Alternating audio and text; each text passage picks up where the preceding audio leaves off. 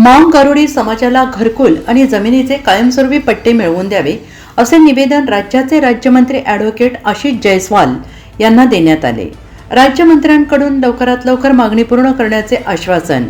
महाराष्ट्र राज्यातील इतर जिल्ह्यासोबत नागपूर जिल्ह्यातही मांग गारुडी समाज बहुल संख्येने वास्तव्य करतो आहे।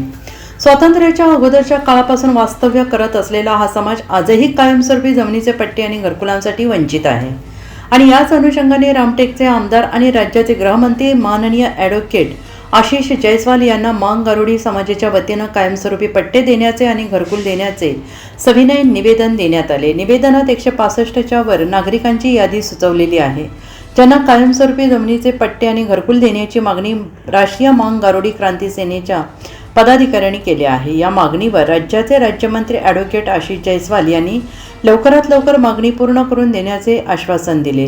मागणी पूर्ण करण्यासाठी लागू असलेल्या जाचक अटी पूर्ण करून मांग गारुडी समाज आणि दलित वस्ती कायमस्वरूपी पट्ट्यांसाठी मागणी करणारी शिवसेना उपजिल्हाप्रमुख वरदराज पिल्ले, मांग गारुडी क्रांती सेनाचे राष्ट्रीय युवा अध्यक्ष दीपक शेंडे, माजी जिल्हा परिषद सदस्य आणि सभापती अंबादास खंडारे, माजी नगर परिषद उपाध्यक्ष डायनल शेंडे, माजी सरपंच आणि माजी नगर परिषद सदस्य राजेश यादव, राष्ट्रीय मांग गारुडी क्रांती सेना राष्ट्रीय सचिव रामू खडसे, सदस्य रघुनाथ पात्रे, संजय मानकर, प्रशांत स्वामी आदी उपस्थित होते।